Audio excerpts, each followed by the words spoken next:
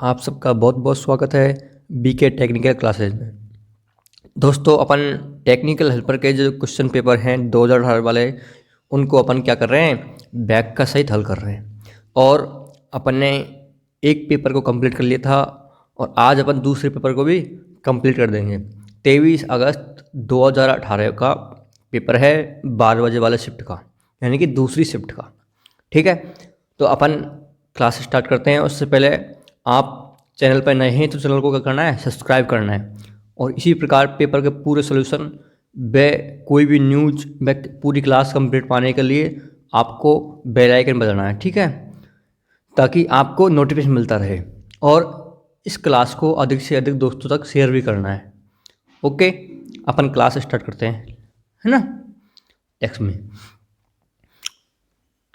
तो क्वेश्चन है अपना अगर किसी डीसी मोटर में बैक ईएमएफ और रफ्तार को दोगुना कर दिया जाता है तो मोटर में उत्पन्न होने वाला टॉर्क क्या होता है।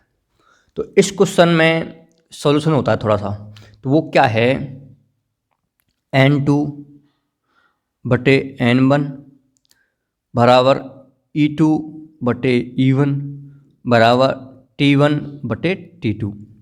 यानी कि टॉर्क हमेशा गति व ईएमएफ मतलब विरोधी विद्युत भागबल, इनके क्या होता है, विलोमानुपाती होता है हमेशा टॉर्क। ठीक है, तो अब इनका मान कितना दिया हुआ है, दो गुना कर दिया। किसका, N2 और E2 का मान 2 कर दिया बटे 1 बराबर E2 का मान 2 कर दिया बटे 1 बराबर T1 का क्या है, विलोमानुपाती, यानी 1 बटे T2 अपन को निकालना है। इस प्रकार से ये बैठेगा। ठीक है, तो अगर आप इसको आगे सॉल्व करते हैं तो ये क्या होगा, 2/2 बराबर 1/T2 हो गया। अब हम 2/2 2 से 2 को काटेंगे तो क्या बचेगा, T2 बराबर 1। T2 बराबर क्या बचेगा, T2 बराबर 1, यानी कि एक समान रहेगा, यानी कि कोई भी परिवर्तन नहीं होगा। ठीक है, तो इसका आंसर क्या होगा, ए, यानी कि समान रहेगा। अगर गति को और ईएमएफ को दोनों साथ साथ अगर हम दोगुना कर रहे हैं तो टॉर्क का मान समान रहेगा। ठीक है, चलते हैं अगले क्वेश्चन के लिए।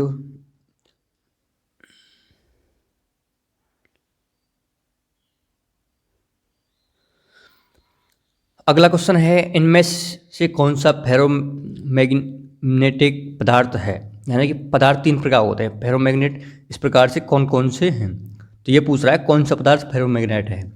तो इसमें है निकल, निकल, कोबाल्ट है, कोबाल्ट, फेराइट, ये क्या हैं, फेरोमैग्नेट पदार्थ हैं जिनकी चुंबकशीलता क्या होती है, उच्च होती है। ठीक है, अगला क्वेश्चन, स्थिर तरीके से लगाए गए ईएमएफ की दिशा खालिस्तान की मदद से प्राप्त की जाती है। यानी कि स्थिर तरीके से लगाए गए कोई स्थिर कॉइल है, उसमें ये जो ईएमएफ की दिशा होती है उसको किस नियम से ज्ञात करते हैं, तो उसको करते हैं अपन ई बराबर माइनस के एन डी आई बटे डी टी। ये क्या है, माइनस का, ये क्या लेंज का नियम का क्या कर रहा है, विरोध, लेंज के नियम के कारण ये आया है माइनस का। ठीक है, एन क्या है, टर्नों की संख्या है, और डी आई बटे डी टी क्या है, ये करंट के परिवर्तन की क्या है, दर है। ठीक है, ई क्या है, ये वोल्टेज। तो इस नियम से हम ज्ञात करेंगे, तो ये कौन सा नियम हो गया, लेंज का नियम। कौन सा नियम, लेंज का नियम। आंसर क्या आ जाएगा अपना, वी आंसर। ठीक है, अगला है, लेंज का नियम खालिस्तान के संरक्षण का नियम का परिणाम है। जो लेंज का नियम है वो किसके संरक्षण का परिणाम है, तो वह है ऊर्जा संरक्षण, यानी कि एनर्जी, ऊर्जा संरक्षण, क्या, ऊर्जा संरक्षण का नियम। ठीक है, अगला क्वेश्चन है, बिना परस्पर कपलिंग वाली सीरीज में दो 300 माइक्रो हेनरी कॉइल का एक कुल इंडक्टेंस क्या होता। यानी कि दो कॉइल जुड़ी हुई है 300 माइक्रो हेनरी की, तो उनका जो कुल इंडक्टेंस होगा वो क्या होगा, एल टी बराबर L1 प्लस L2। तो LT का मान 300 है, 300, और L2 का भी मान क्या है, 300 है। तो ये कितना हो जाएगा, 600 माइक्रो हेनरी। ठीक है। अगला क्वेश्चन है, 4 हेनरी इंडक्टेंस के कॉइल में 16 वोल्ट का EMF लगा जाता है, तो करंट में बदलाव की दर क्या होगी। तो इसका सूत्र क्या होता है, इसका सूत्र होता है E बराबर LdI/dt। अब इसको अपन इस प्रकार से भी लिख सकते हैं, E/L/dI/dt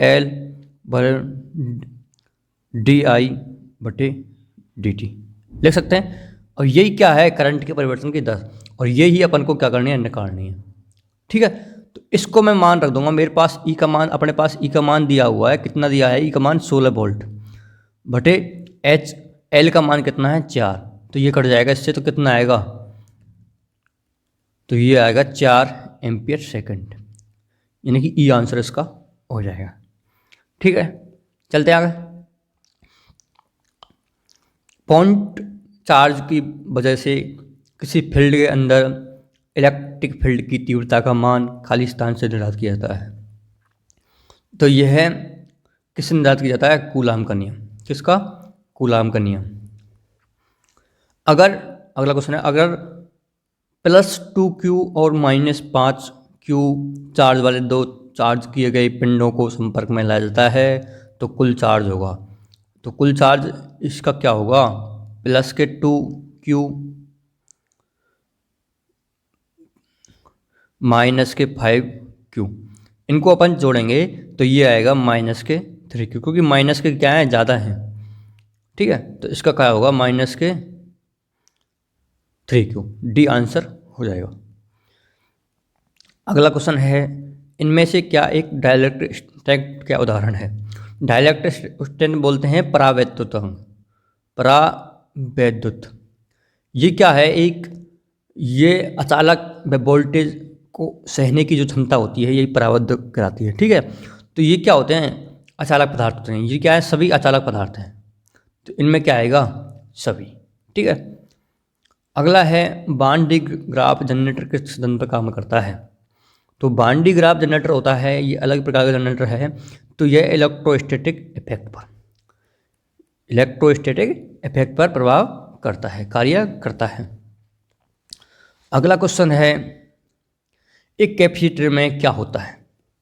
तो कैपेसिटर में क्या होता है, इंसुलेटर द्वारा अलग किए दो कंडक्टर हैं, ये कैपेसिटर है। इसके बीच में क्या बदलाव होता है, अचालक बदलाव होता है। तो इंसुलेटर द्वारा अलग किए गए दो कंडक्टर, ये दोनों क्या हैं, कंडक्टर हैं। ठीक है। अगला है क्वेश्चन, फ्यूज के बारे में निम्न में से कौन सा कथन गलत है, यानी कि गलत कथन देखना है अपन को फ्यूज का। तो फ्यूज के बारे में है, इसमें गलत है, यह शॉर्ट सर्किट से सुरक्षा, यह गलत बात है। इसका आंसर क्या होगा, बी, क्योंकि फ्यूज हमेशा शॉर्ट सर्किट से नहीं, ओवरलोड से सुरक्षा करता है। किससे, ओवरलोड से। ठीक है। अगला क्वेश्चन है, डिले फ्यूज किसकी सुरक्षा के लिए प्रयोग किया जाता है। जो डिले फ्यूज होते हैं वो किसकी सुरक्षा के लिए, तो वो मोटर और ट्रांसफार्मर, किसके, मोटर और ट्रांसफार्मर, सी इसका आंसर हो जाएगा। अगला है, एक फेज शिफ्ट नियंत्रण विधि में एनोड और ग्रिड वोल्टेज के बीच फेज शिफ्ट किसके माध्यम से हासिल की जाती है। तो वो है इंडक्शन रेगुलेटर के द्वारा। ठीक है। अगला क्वेश्चन है, एक ट्रांसफार्मर के लिए डेल्टा कनेक्शन के मामले में फेज वोल्टेज लाइन वोल्टेज के गुणा होते हैं। तो डेल्टा में क्या होता है, डेल्टा में क्या होता है, लाइन वोल्टेज बराबर फेज वोल्टेज, जबकि स्टार में क्या होता है, लाइन वोल्टेज बराबर √3 फेज वोल्टेज। लेकिन डेल्टा में पूछ रहा है अपन को, तो डेल्टा में क्या है, ये दोनों बराबर है, तो 1 गुना, भाई ये 1 गुना ही तो है दोनों। ठीक है, इसलिए इसका क्या होगा आंसर, 1 गुना हो जाएगा। अगला क्वेश्चन है, निम्न में से किस ट्रांसफार्मर में टैप चेंजर होता है। तो किस ट्रांसफार्मर में होता है टैप चेंजर, वो होता है डिस्ट्रीब्यूशन ट्रांसफार्मर। अपन को टैप चेंजर क्या है, इसके द्वारा क्या है, अपन कम अधिक मान के वोल्टेज प्राप्त कर सकते हैं। टेप टेप मतलब चेंजर लगा होता है, वो क्या है, वोल्टेज को चेंज करके ले सकते हैं। ठीक है, अगला क्वेश्चन है, यदि एक वितरण ट्रांसफार्मर में 2540 टर्न की प्राइमरी वाइंडिंग है और 40 टर्न की सेकेंडरी वाइंडिंग है तथा प्राइमरी वाइंडिंग का वोल्टेज 7620 है, तो सेकेंडरी वाइंडिंग का वोल्टेज कितना होगा? तो इसका सूत्र होता है N2/N1 E2/E1। तो अपन को इसको फॉर्मूला में रखेंगे तो क्या होगा, 40/2540 बराबर E2 अपन को निकालना है और E1 का मान है 7620। इसको अपन काटेंगे 7620, इसको अपन काटेंगे तो ये कितनी बार, 127 बार, और ये 321 बार। फिर इसको काटेंगे तो ये 3 बार, 340, 3 को 40 से मल्टीप्लाई करेंगे तो क्या आएगा, 120, तो 120 वोल्ट। ठीक है, आगे समझ में? इस प्रकार से अपन निकाल सकते हैं। अगला है, लोडिंग स्थिति में अंतर्गत दो समरूप ट्रांसफार्मर दक्षता के लिए क्या कहा गया है? यानी कि जो दो बराबर के क्या ट्रांसफार्मर लगाते हैं वो है बैक टू बैक टेस्ट। कौन सा? बैक टू बैक, यानी बैक टू बैक टेस्ट, ये ट्रांसफार्मर के अंदर होता है। ठीक है, अगला क्वेश्चन है, एक ट्रांसफार्मर में वृद्धि में प्रयुक्त रासायनिक का गुण धर्म क्या होता है? जो ट्रांसफार्मर में ब्रीदर होता है, ब्रीदर में क्या है, अपन सभी का जल रखते हैं, तो उसका जो कार्य होता है, गुणधर्म होता है, वो क्या है, नमी को हटाना। ठीक है, अगला है, एक ट्रांसफार्मर में विद्युत शक्ति को एक सर्किट से दूसरे सर्किट में परिवर्तित किए बिना स्थानांतरण किया जाता है, तो वो क्या है, ये परिभाषा ट्रांसफार्मर की। ये क्या है, पावर को व फ्रिक्वेंसी को क्या है, स्थिर रखते हुए वोल्टेज के मान को क्या करता है, परिवर्तन करता है, वही क्या है, ट्रांसफार्मर कहलाता है। अगला क्वेश्चन है, घरों की बिजली की अपेक्षाकृत कम मात्रा की आपूर्ति करने के लिए निम्नलिखित में से कौन सा ट्रांसफार्मर प्रयुक्त किया जाता है? तो ये होता है पोल टाइप डिस्ट्रीब्यूशन ट्रांसफार्मर।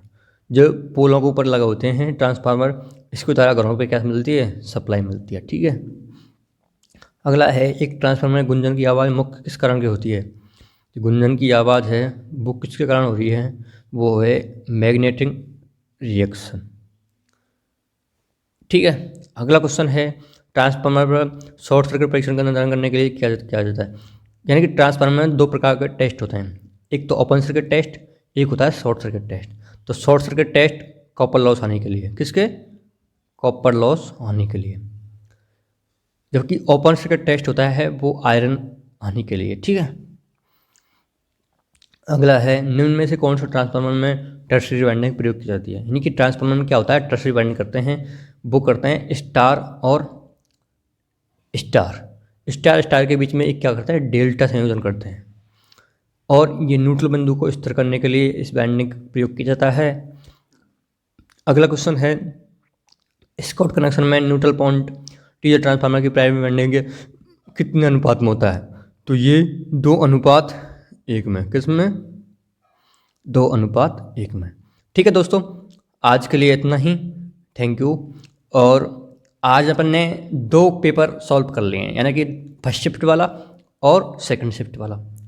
कल से अपन थर्ड शिफ्ट वाला पेपर सॉल्व करेंगे। ठीक है, और क्लास को अधिक से अधिक दोस्तों तक शेयर भी करना है, और क्लास को अच्छी लगे तो लाइक भी करना है। Okay, bye.